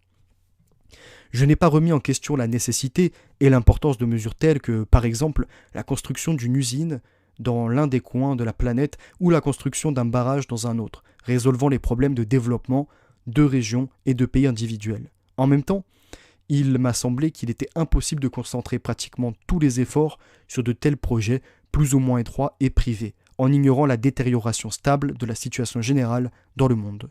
De plus, une telle insistance sur des problèmes particuliers et une inattention totale au contexte général, dans le contexte et dans lequel ils surviennent et se développent, jette le doute sur la faisabilité et l'efficacité ultime de tous les efforts que l'humanité consacre à leur solution. Je sentais que je ne pouvais pas être honnête avec moi-même. Si au moins je n'essayais pas d'avertir les gens d'une manière ou d'une autre que tous leurs efforts actuels étaient insuffisants et qu'il fallait faire autre chose, d'autres mesures fondamentalement différentes de celles qui sont entreprises. Pour ces raisons, j'ai décidé de retourner en Europe. Je me suis installé à Rome en 1957, principalement dans le cadre de mon travail chez Italconsult. Cependant, pendant de nombreuses années, j'ai eu l'entière responsabilité de toutes les activités de Fiat en Amérique latine et en particulier en Argentine, et j'ai conservé mon bureau à Buenos Aires jusqu'en 1973. Cela m'a forcé à survoler l'Atlantique pendant plus de 20 ans, de temps en temps. De temps en temps, plutôt, excusez-moi, si je ne fais pas la liaison. Je ne sais pas si on peut le lire sans la liaison, mais de temps en temps, c'est plus audible. Il est noté dans mon carnet que j'ai traversé l'équateur plus de 300 fois. Entre-temps, mes enfants ont grandi. J'ai accordé beaucoup d'attention à leur éducation et à leur alors à leur éducation et à leur je ne sais pas à quoi. Malheureusement, la traduction n'est pas correcte, donc à leur éducation, et j'ai été récompensé. Mes efforts n'ont pas été vains. Ils ont tous grandi pour devenir de bonnes personnes. Paola a épousé un diplomate argentin et mes deux fils, Roberto et Ricardo, sont mariés à des femmes américaines. Roberto est devenu physicien théoricien et professeur assistant à l'université de Stanford à Palo Alto. Quant à Ricardo, il a choisi la sociologie et fait des recherches à l'Imperial College de Londres. Ils ont tous, ensemble, 7 adorables enfants nés dans des pays différents. Certains d'entre eux ont même le droit de choisir l'une des deux nationalités. Ma femme passe beaucoup de temps à leur rendre visite, mais la plus grande joie pour nous est de voir toute la famille en été se réunir dans notre maison au bord de la mer en Toscane dans la ville de Punta Ala. Dans ma famille tentaculaire et multilingue, les graines de 6 cultures et nationalités différentes sont ancrées et cela se manifeste maintenant ou pourrait se révéler à l'avenir. Tous les membres de cette grande famille adhèrent à des opinions sociales et politiques progressistes. Ainsi, à en juger par ma propre progéniture, nous pouvons affirmer avec confiance que la jeune génération est meilleure que l'ancienne. Il y en a qui devraient prendre de la graine par rapport à cette petite phrase. C'est une boutade. Maintenant que mes enfants ont grandi et sont fermement autonomes, je pense que je peux et que je dois simplement déplacer quelque peu le centre de mes devoirs et responsabilités, en les concentrant sur d'autres problèmes. Depuis la fin des années 1950, j'ai de plus en plus tendance à croire que je ne poursuivrai mon activité dans le domaine de la gestion industrielle que si elle sert à la fois des objectifs plus larges et plus globaux. Alors que ces idées initialement obscures prenaient des contours de plus en plus concrets, nulle part au monde la situation n'est aussi propice à la réflexion sur les besoins et les problèmes humains qu'en Europe. Ici, j'ai commencé à me préparer progressivement pour une nouvelle phase de ma vie. Psychologiquement, au fil des ans, j'ai presque bouclé la boucle en revenant finalement à certains des idéaux et des espoirs de ma lointaine jeunesse. Cependant, il a fallu beaucoup de temps avant que je puisse enfin réaliser mon désir de longue date et me familiariser avec leur mise en œuvre. Comme je l'ai déjà noté, depuis la fin des années 1950, j'ai commencé à me demander de plus en plus souvent si j'avais choisi la bonne entreprise dans laquelle je faisais ma vie. Non, je sais pas, peut-être. Peut-être que 2 fois que je faisais, il manque encore une fois un bout de traduction.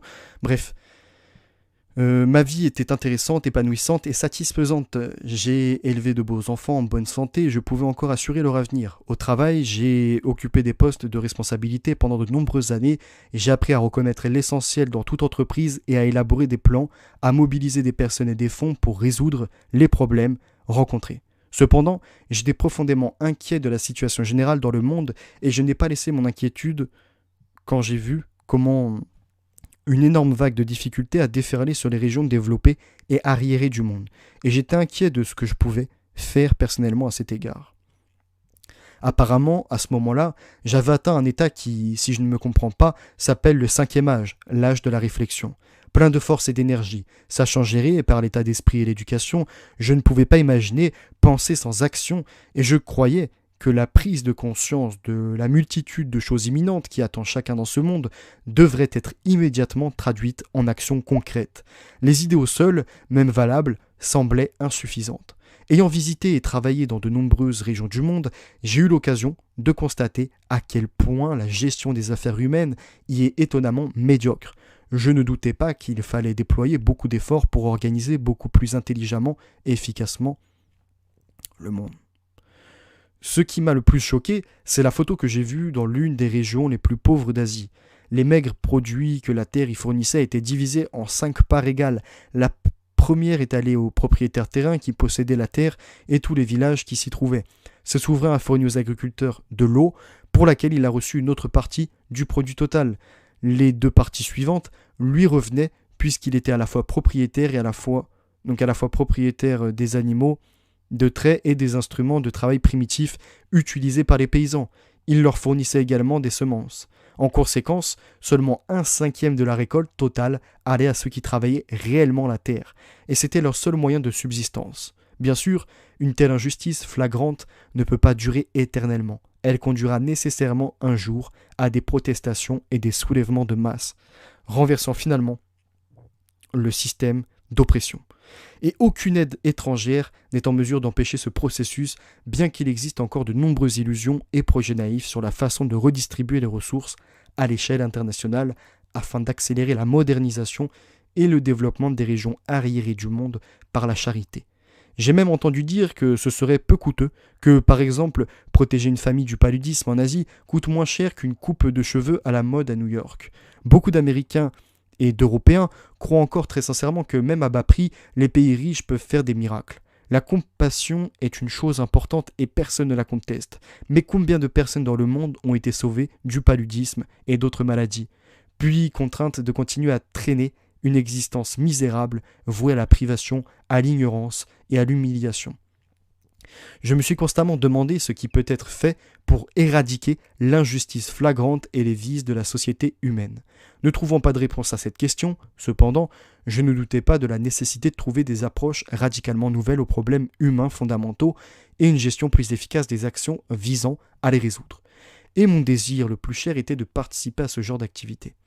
Bien que je ne puisse pas me permettre de quitter mon emploi à temps plein chez Fiat, je voulais avoir du temps libre à consacrer à la mise en œuvre des nouvelles idées.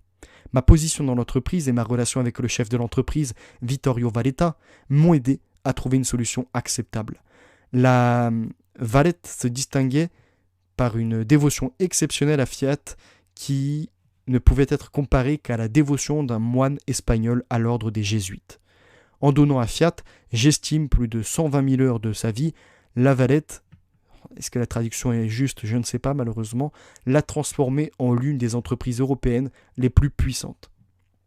Je suis arrivé chez Fiat quand j'étais encore très jeune et j'y ai aussi travaillé sans ménager mes efforts, concluant des contrats, conquérant des marchés, formant du personnel et réalisant des bénéfices dans diverses parties du monde. En même temps, je n'étais pas tout à fait un administrateur ordinaire et ne m'intégrais pas tout à fait dans l'appareil de l'entreprise. Ayant fait preuve d'indépendance d'opinion durant les années de résistance, j'ai ensuite renforcé mon indépendance lors de la création d'une filiale de Fiat en Amérique latine sans copier la structure exacte de la maison mère. Mon point de vue sur la façon de gérer une entreprise moderne était peut-être trop moderne et peu orthodoxe par rapport au style de gestion ferme mais conservateur de Fiat, et beaucoup de mes collègues n'hésiteraient pas du tout à se débarrasser de moi. La Valletta, en revanche, voulait que je reste. J'en ai aussi profité. Cet accord est resté en vigueur sous le successeur de la Valletta, Giovanni Agnelli, membre de la famille Fiat. Agnelli avait un esprit vif et curieux, étant lui-même une personne ouverte d'esprit qui aime voyager à travers le monde. Il m'a facilement compris. Je lui suis profondément reconnaissant, Fiat ainsi que Italconsult, qui a également rejoint plus tard cet accord, pour la liberté qu'ils m'ont donnée. Sans cette indépendance qui m'était alors si nécessaire, mon activité sociale, que je commençais tout juste à cette époque, aurait été considérablement entravée. Développement atlantique de l'Amérique latine. Il a fallu beaucoup de temps avant que tout cela fonctionne vraiment, mais à ce moment-là, j'ai atteint mon premier objectif et j'ai pu commencer à chercher des moyens de mettre en œuvre mes plans. J'ai eu l'opportunité de commencer à travailler dans ce domaine à la fin de 1962. Deux sénateurs américains progressistes, Jacob K. Javits et Hubert H. Humphrey, ont alors entrepris d'organiser une entreprise et d'instituer des mécanismes de gouvernance qui aideraient à restructurer l'entreprise privée en Amérique latine. On m'a demandé si j'accepterais de prendre la direction de ce projet. L'idée de chercher de nouvelles voies pour développer tout un continent m'attirait et m'inspirait, mais j'étais un peu gêné par une acceptation aussi explicite de l'initiative privée. Ayant travaillé toute ma vie dans l'industrie privée, je n'ai jamais partagé le point de vue qui associe une gestion raisonnable et fiable de l'économie dans son ensemble aux entreprises privées. Je ne pensais pas que la liberté illimitée du secteur privé était le meilleur moyen de stimuler le développement économique en Amérique latine ou ailleurs. L'Italie est peut-être meilleure que tout autre pays à l'économie de marché pour comparer les avantages des entreprises privées, publiques et mixtes. Depuis un certain temps dans mon pays, les entreprises auxquelles l'État participe contrôlent efficacement des activités dans de grands secteurs de l'économie, tels que les chemins de fer, les compagnies aériennes, d'autres services publics, les aciéries, les chantiers navals, les banques et l'industrie pétrolière. Ils pénètrent maintenant activement un certain nombre d'autres domaines, notamment les industries minières, chimiques, du ciment, de l'ingénierie et de la construction, augmentant régulièrement leur contribution à la production globale de biens et de services dans le pays. Je pense que les entreprises contrôlées par l'État devraient être aussi axées sur le profit que les entreprises privées et devraient et peuvent être gérées tout aussi efficacement. Les résultats économiques ne confirment pas toujours ces espoirs, mais Dieu sait que cela arrive aussi aux entreprises privées, donc des exemples d'initiatives ratées peuvent être trouvés dans ces deux catégories. Par conséquent, je pensais que chacun d'eux pouvait remplir des fonctions utiles et que chacun, selon les circonstances spécifiques, avait ses propres avantages. Je n'aimerais donc pas faire partie de ceux qui ne soutiennent qu'un seul d'entre eux. Les résultats économiques ne confirment pas toujours ces espoirs, mais Dieu sait que cela arrive aussi aux entreprises privées, donc des exemples d'initiatives ratées peuvent être trouvés dans ces deux catégories. Mince, là ça l'a remis en double. Ça a remis ce truc en double, toc toc toc. Par conséquent, ok. Le projet de deux sénateurs partisans de l'initiative privée a suscité mon intérêt, principalement pour deux raisons. Premièrement, il pourrait servir de pierre de touche pour évaluer le capital privé national disponible dans la région d'Amérique latine, qui pourrait être utilisé pour des opérations industrielles. En effet, dans de nombreux cas, juste au moment où il est particulièrement nécessaire à la maison, un tel capital à la recherche d'objets d'investissement plus sûrs ou plus rentables flotte en Europe ou en Amérique du Nord, ou se précipite simplement à l'étranger de toutes les manières possibles pour un intérêt plus élevé, taux de change ou des taux de change plus rémunérateurs. Et s'il est investi à l'intérieur du pays, alors, en règle générale, uniquement dans le but de monopoliser le marché, en utilisant toutes les barrières tarifaires et non tarifaires, en s'efforçant finalement d'obtenir un profit garanti dans toutes les conditions. Le nationalisme économique qui a prospéré en Amérique latine est dans une certaine mesure un sous-produit de ces mentalités protectionnistes ainsi que de la structure industrielle inefficace qu'ils ont créée non seulement dans le secteur privé mais aussi dans le secteur public. Ainsi, un certain afflux de capitaux étrangers vraiment averses au risque augmenterait une concurrence commerciale raisonnable et, je pense, aurait en fin de compte un effet bénéfique. Ceci, à son tour, pourrait servir d'impulsion pour la modernisation et la rationalisation de l'industrie locale. De plus, un tel exemple aurait probablement un effet psychologique bien connu, favorisant l'attraction domestique d'une certaine partie du capital local flottant à l'étranger. Non moins tentante était alors pour moi l'occasion de changer l'attitude peu constructive et myope de nombreux représentants de milieux industriels et financiers européens et américains. Tout en affirmant haut et fort que l'Amérique latine est absolument nécessaire à l'Occident, ils n'ont néanmoins décidé d'y investir leur argent que lorsqu'elle leur a sûrement promis des profits extrêmement rapides et un retour rapide des investissements chez eux. Cela a créé un terrain très fertile pour la pénétration de toutes sortes de spéculateurs étrangers aveugles, dont des actes douteux et les promesses creuses ont encore alimenté les sentiments nationalistes et chauvins déjà dominants dans les larges couches du public latino-américain. Pour toutes ces raisons, j'ai pris la direction d'un projet aussi nord-américain que latino-américain. En même temps, je n'avais pas l'intention de m'associer à lui pendant de nombreuses années. Par conséquent, il a été convaincu à l'avance que mes fonctions se limiteraient à l'élaboration d'un plan général préliminaire pour la mise en œuvre du projet et la recherche des ressources financières nécessaires, après quoi un directeur sera nommé qui mettra en œuvre le projet. Sachant que l'affaire était loin d'être facile, j'avais prévenu à l'avance que je ne voulais aucune récompense, mais que j'avais besoin d'une totale liberté d'action. Notre point de départ était la conviction que l'Amérique latine a besoin d'injections importantes de capital à risque modéré, accompagnées d'un influx de connaissances et de techniques appropriées, mais que ces mesures ne peuvent à elles seules assurer un succès durable. Je connaissais suffisamment l'Amérique latine pour comprendre la nécessité de trouver de nouvelles formes et voies de coopération internationale, mais j'ai aussi réalisé que pour que ces nouveaux moyens soient acceptés ici et apportent un succès durable et stable, il en faut de nouveau qualitativement. Alors il faut de nouveau qualitativement approcher l'idée créative. Il faut de nouveau des approches qualitatives et des idées créatives, je pense. En conséquence, une solution complètement nouvelle a été trouvée. Créer une société coopérative d'investissement et de gestion dans laquelle des fonds de nombreux continents seraient mis en commun. Son objectif principal était de mobiliser la bonne volonté, l'argent et les réalisations scientifiques des pays industriels pour le développement du secteur privé de l'économie latino-américaine.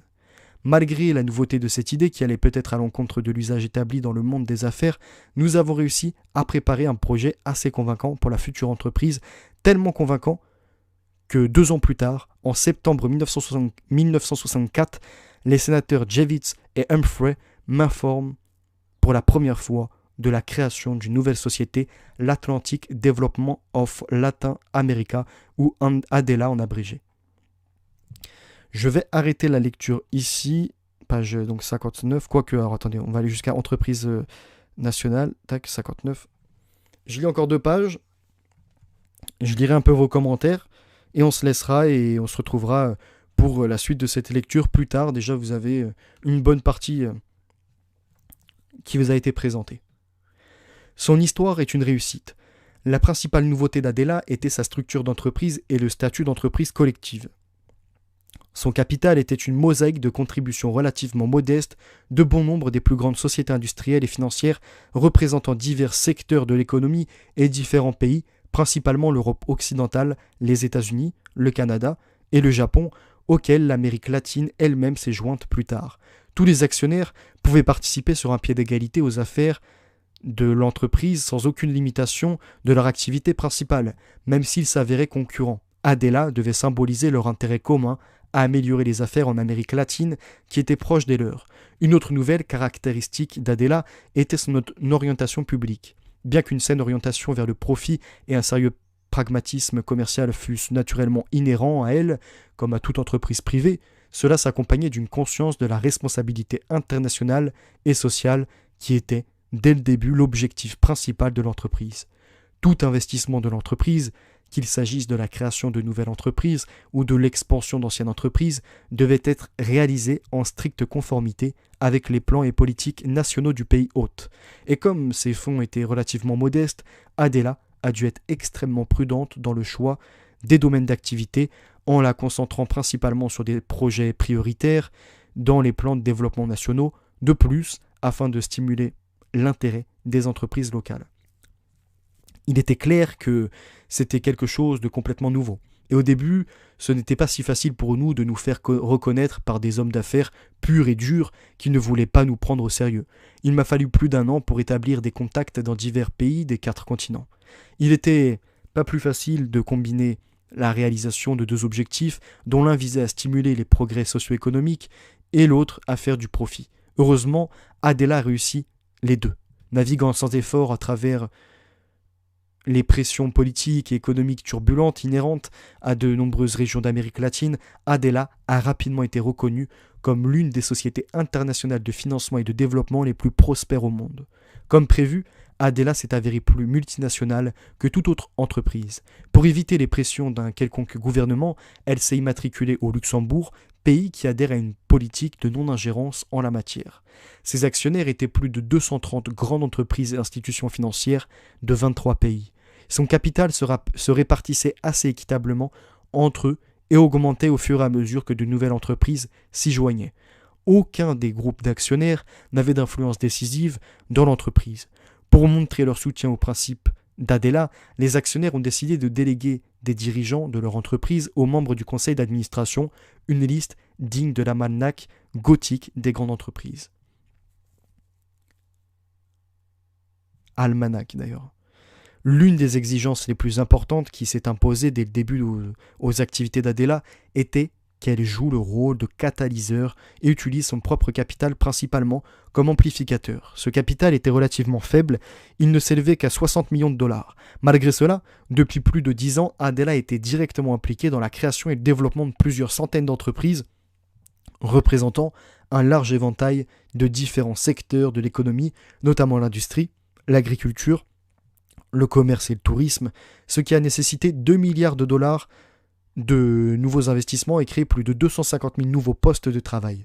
De plus, selon la direction de l'entreprise, les résultats indirects de ses activités en Amérique latine ont accru sa contribution au développement de la région d'environ 6 milliards de dollars supplémentaires. Prochain chapitre, ça sera entreprise multinationale, mais ça n'est pas pour aujourd'hui. Là, on a déjà lu pendant quasiment 2 heures, ce qui est déjà pas mal. Bonjour Amourante, il me semble que je t'ai salué tout à l'heure, je ne sais plus. La vérité qui dérange. Trudu également, Ponce Pilate. Je vous remercie d'avoir été présent. N'hésitez pas, si vous avez apprécié ce livre, cet ouvrage, à le partager, à liker. On est bien entendu à peu près à la moitié, au tiers de lecture, hein, si je regarde. Alors attendez. Ouais, c'est ça, on est même au quart de lecture à peu près. Au quart de lecture. Je vous remercie d'avoir été présent. Bah écoutez, il n'y a pas trop de messages pour le moment, il n'y a même pas grand monde, je comprends aussi. On est un vendredi après-midi, il fait beau. Donc moi je vais vous laisser sur cette fin, vous souhaitant une excellente après-midi, excellente fin de journée. Et à très bientôt. Salut Phoenix, ça fait plaisir de te voir aussi. Et je vous souhaite à tous une excellente journée. À bientôt. C'était Phénotix Evolution.